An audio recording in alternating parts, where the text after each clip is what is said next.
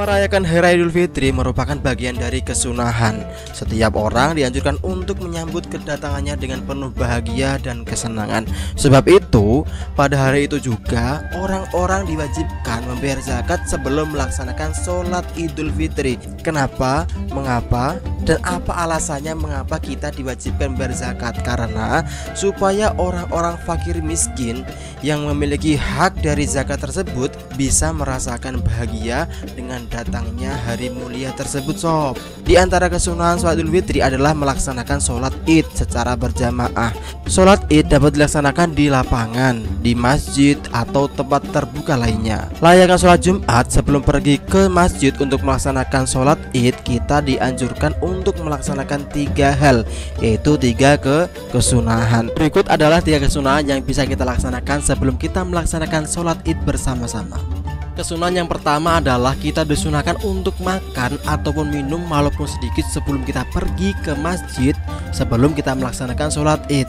Dalam kitab Al-Um oleh Imam Syafi'i, beliau mengatakan bahwasanya kami merintahkan setiap orang yang ingin sholat id untuk makan sebelum berangkat ke masjid. Dan apabila kalau ada orang yang tidak makan atau minum sebelum pergi sholat id, maka dia telah melakukan kemakruhan dengan meninggalkan makan dan minum tersebut. Kesunahan yang kedua, disunahkan mandi sebelum sholat id sebagaimana kesunahan mandi sebelum waktu sholat Jumat.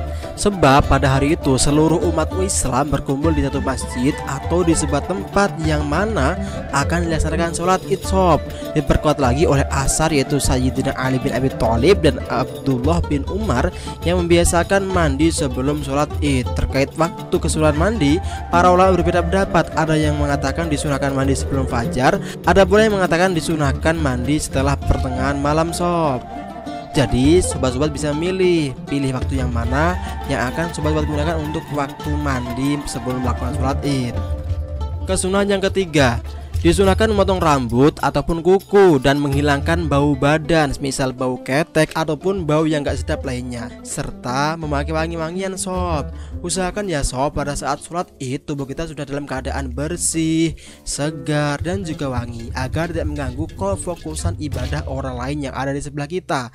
Nah sob, sebuah hadis riwayat Ali bin Abi Thalib menyebutkan bahwa Rasulullah SAW menyuruh kita untuk menggunakan wangi-wangian yang paling baik dan paling bagus daripada hari-hari biasanya untuk kita gunakan untuk melaksanakan sholat id sob. Nah sobat-sobat semua, berikut adalah 3 dari kesunahan-kesunahan sebelum kita melakukan sholat id. Dan tentunya semua itu memiliki hikmah sob dan tujuan masing-masing. Salah satunya adalah agar memberikan kenyamanan dan ketentraman dalam ibadah sob. Apalagi pada hari id mayoritas umat Islam berbondong-bondong ke masjid untuk beribadah. Nah, semoga kesunahan ini dapat kita amalkan untuk melaksanakan sholat id kita di tahun ini ya sob. Sekian dari Kak Supri, akhirul kalam. Wassalamualaikum warahmatullahi wabarakatuh.